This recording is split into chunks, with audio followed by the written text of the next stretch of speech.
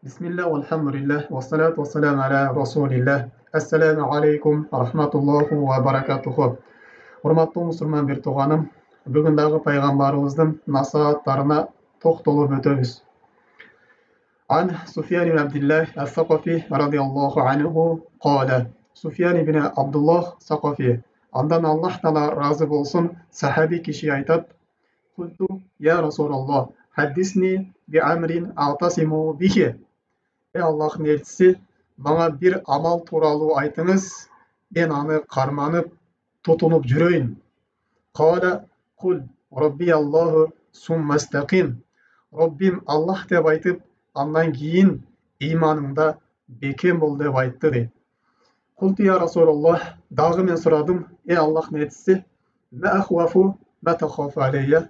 Ey пайгамбар, сенин эң катуу корккон нерсең эмне деп сурадым.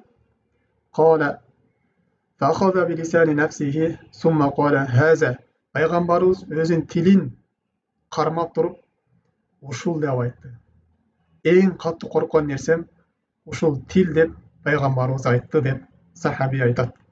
Эми келиңиз урматтуу мусулман бир тууганым, мына ушул хадиске кыскача токтолуп өтөлү. Албетте бул хадис пайгамбар саллаллаху алейхи вассаламдын кыска насаатынан турат, бирок анын мааниси өтө терең. Диндин баарын өзүнө камтып алган.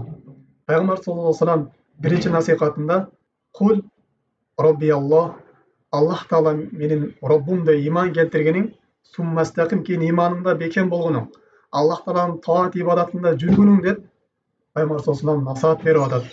Башка бир хадистерде Абдуллах ибн Суфьян Абдуллахка Пайгамбар саллаллаху алейхи вассалам аманту билlah, Аллах таалага иман келтирдим деп айткын деген. Албетте бул иман ибадаттан алдын турат. Ибадаттардын кабыл болуусуна сөзсүз түрдө иман керек. Эгерде иман болбой турган болсо, ал амалдардын бири дагы Аллах тааланын астына көтөрүлүп барбайт.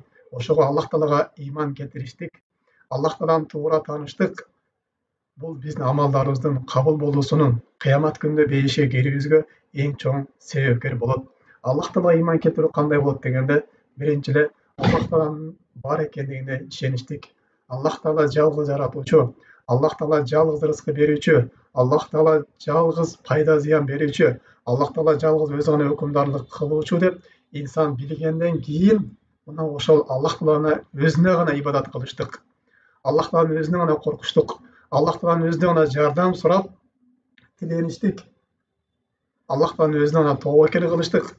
Жана ошондой эле Аллах тааланын жалгыз өкүмдары деп Аллах тааланын буйруган буйруктарына моюн сунуштугу, тыюу салган тыюуларынан тыйылыштыгы мына ушул Аллах таалага иман келтирүү болуп эсептелинет. Бүгүнкү күндө көпчүлүгүбүз тил менен эле Аллах таала бар экенине иман келтиребиз, акырет күнүнө иман келтиребиз деп айтабыз, бирок Аллах тааланын өкүмдөрүнө келгенде, Аллах тааланын шариятына келгенде, Аллах таала кабар берген гайби кабарларга, Аллах таала түшүргөн Куранга амал кылганы келген кезде, пайгамбарга ээрчүүгө келген кезде биз эмне кылабыз? Жүрөгүмдө иман жетиштүү деп айтып калабыз. Ооба, бул иман дагы кандай бир орду бар. Аллах таалага бар экенине иман келтириштик, аны жалгыз деп тааныштык. Бирок Аллах таалага качан биз ибадат кылмай сайын Аллах таала бизден ыраазы болбойт. Аллах таала берген неаматтарга биз толук шүгүр кылбаган болуп эсептелинебиз. Аллах тааланын Кудай экен деп таанып туруп, бирок өзүнөн гана сурамай турган болсок, өзүнүн гана буйруктарына моюн сунбай турган болсок, анда Аллах тааланын кабарына калабыз. Демек, Аллах таалага иман келтириш толук болуш үчүн Аллах таалага иман келтирип, кийин Аллах тааланын таат ибадаттарына Аллах тааланын таат ибадатында болуш керек. Кандай буйруган болсо, ушул буйруктарына моюн сунуп жүрүштүк. Экинчиси, Пайгамбар саллаллаху алейхи вассалам Аллах таалага иман келтирдиңби? Ошол иманыңда бекем болгонуң болот. Аллах тааланын таат ибадатында бол. Аллах таала эмнеге буйруган болсо, мына ошол нерсени аткарыңын дейт. Албетте ибадаттар бар, жүрөк ибадаттары бар, тил ибадаттары бар, дене ибадаттары бар, мал ибадаттары бар. Биздин жүрөктөн аткарылган ибадаттарыбыз бар. Жүрөк ибадаттарына эң биринчи эле биз маани беришибиз керек. Анткени жүрөк оңоло турган болсо, анда биздин башка дене мүчөлөрүбүз, биздин амалдарыбыз, биздин коомдо башкарып болгон мамилебиз, биздин ата энеге болгон мамилебиз, кошуна болгон мамилебиз, бир туугандар болгон мамилебиз оңолот. Биздин жүрөгүбүздө Аллах Таала оған сүйіп бола тұрған болса, Аллах Таала сүйе тұрған амалдар іздей баштайбыз. Біздің жүрегімізде Аллах Тааланың қарынан қорқу бола тұрған болса, Аллах Таала арам қылған, Аллах Тааланың қары келе тұрған амалдардан біз қорқуға баштайбыз. Демек, біз ең бірінші жүрек амалдарына мани берішіміз керек. Жүректі Аллах Таалаға сүйіп болуш керек. Жүректі Аллах Тааладан қорқу болуш керек. Жүректі жасаған ибадаттардың бары Аллах үшін деген ихлас болуш керек. Жана дагы башка ибадаттар болуш керек. Ал эми экинчиси бул тил. Тил ибадатында бекем болуш керек. Анткени качан инсандын иманы туура болбойт, качан анын жүрөгү туура болмоюнча, анын жүрөгү туура болбойт, качан пенденин тили туура болмоюнча.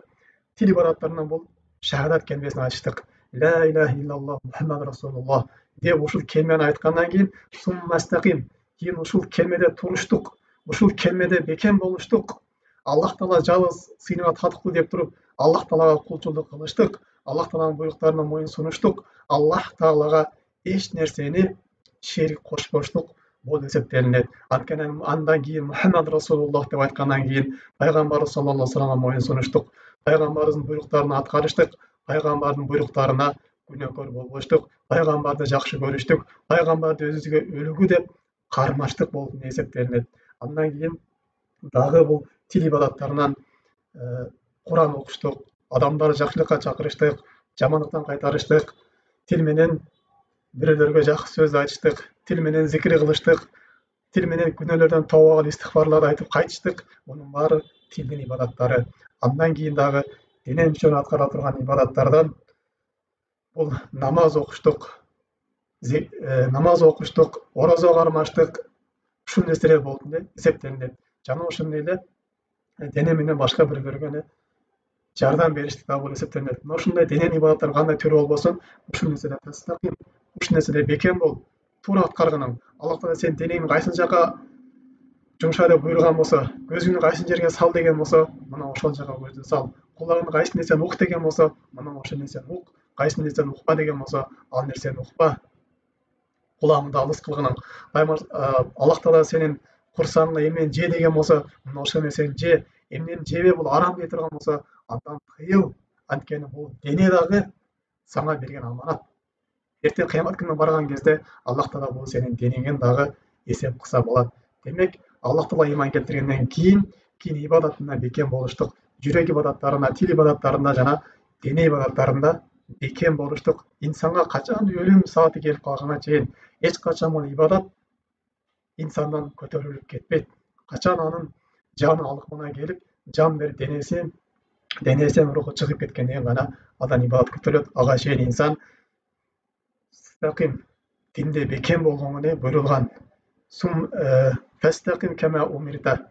Сен кандай буйрулган болсоң, Аллах Таала кандай буйруган болсо, динде мына ушундай бекем туруштук милдет болосуң деп. Кийин мал дүнөн аткарыла турган ибадаттар бул закат бериштик, садака бериштик, бирөөлөргө жардам бериштик, бирөөлөргө кийим алыштык, бирөөлөргө тамактандырыштык. Ошол мал дүнөн аткарган ибадаттардын баарына бекем болуштук болуп эсептелинет. Эми бул динде бекем болуштук сөз түрдө кээде ката кемсиздерге учурайт. Пайгамбар саллаллаху алейхи вассалам айткан: "Корибу саддиду", силер динде бекем болууга жакындагыла, аракет кылгыла. Жана мына ушул нерсени саддиду, өзүңөр ушул тууралыкты, акыйкатты издеңире деп айткан. Анткени инсан канчалык туура ибадат кылам дебесин, баары бир ката кемчилик кетирет. Мына ошол ката кемчиликтеринде тооба кылып кайтып кетиштик. Мына ушул өзү истикома, мына ушул өзү динде бекем туруу болуп эсептелинет. Демек, урматтуу мусулман бир тууганым, биз Аллах Таалага иман келтиргенден кийин өз нафсыбыз менен Аллах Тааланын таат ибадатында бекем болууга күрөшүбүз керек. Сөз түрдө күрөшүш керек. Бул ибадат нафска жакпаган нерселер. Аябай нафска оор келет. Аллах Тааланын тыюуларынан тыйылыштык. Бир гана Аллах Таала жеңет кылган адам гана жеңил болбосо, ал башында баштаганда өтө бир машакат, кыйынчылыктарды талап кылат. Ошол нерселерге сабырдуу болуп, намаз окууга сабырдуу болуп, арамдан тыйылган сабырдуу болуп, инсан аракет кыла турган болсо, Аллах Таала мына ушул нерсени берет. Эми бул инсан истикомада жүрө турган болсо, ага кандай жаза сыйлыктар берилет дегенде, мунун сыйлыктары аябай көп. Аллах Таала Куран-ы Каримде Буларды өлім сағаты келген кезде дағы, жан беріп отқан кезде, қабірге барған кезде дағы, ақыретке барған кезде дағы, бұл дүниеде қандай бір башына қиыншылық келген болса дағы, аларға періштелер келіп ушундай жақсы сөздерді айтып тұрады деген. Аллах тағала Құран кәрімде мындай деп айтады: Инналлазина қалу раббуналлаху сумма истақаму. Шындығында Раббим Алла деп, кейін ибадатта бекем болғандар. Ятаназзалу алейхимул малаикату алла тахафу ва ла тахзану. Аларға періштелер бірінің артынан бірі түшіп, сілер келешегіңерден қорықпағыла, жана артыңарда қалған нәрсеге өкінбегіле деп алар жан беріп отқан кезінде түшеді дағы.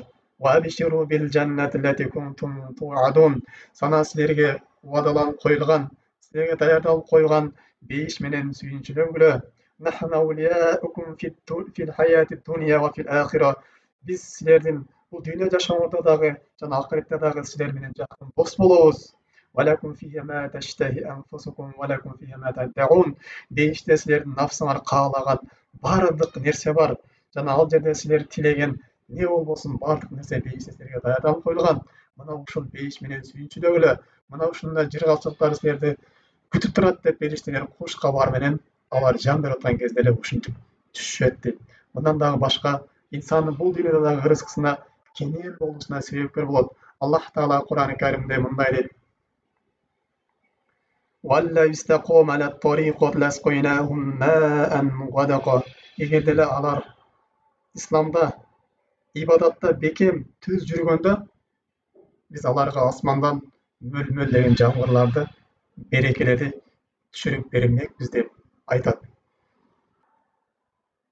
Демек, урматтуу мусулман тууганым, бүгүнкү кыскача сабагыбыз ала турган пайдабыз Аллах Тааланын ибадатында туура болуштук.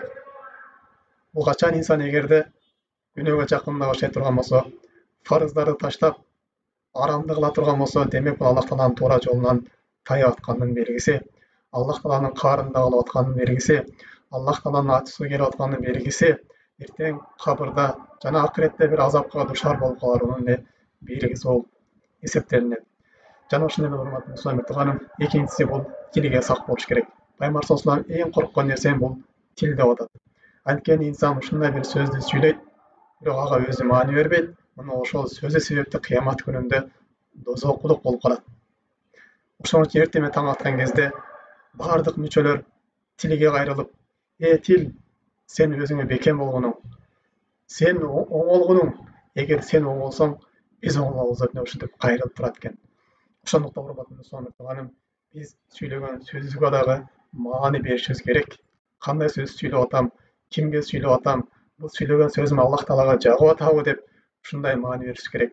Эгерде бирөөнүн көңүлүн оорута турган, же бирөөнүн гыйбат кыла турган, же бирөөнүн тарынта турган сөздөр боло турган болсо, биз мындай сөздөрдөн алыс болуш керек. Өзгөчө күнөө сөздөр боло турган болсо, өзгөчө чоң күнөө сөздөр боло турган болсо, же инсанды ширикке алып барып турган сөздөр боло турган болсо, же куфрга түшүрүп аткан сөздөр боло турган болсо, булардан сак болуштук, булардан алыс болуштук. Жада калса ушундай арам сөздөр болгон болсо дагы буларга кулак салбаш керек. Өзгөчө бирөөнү гыйбат кылып аткан болсо, бирөөнү жамандап аткан болсо, же болбосо музыка коюлуп аткан болсо, бул жерден биз биздин кулагыбызды сакташыбыз керек.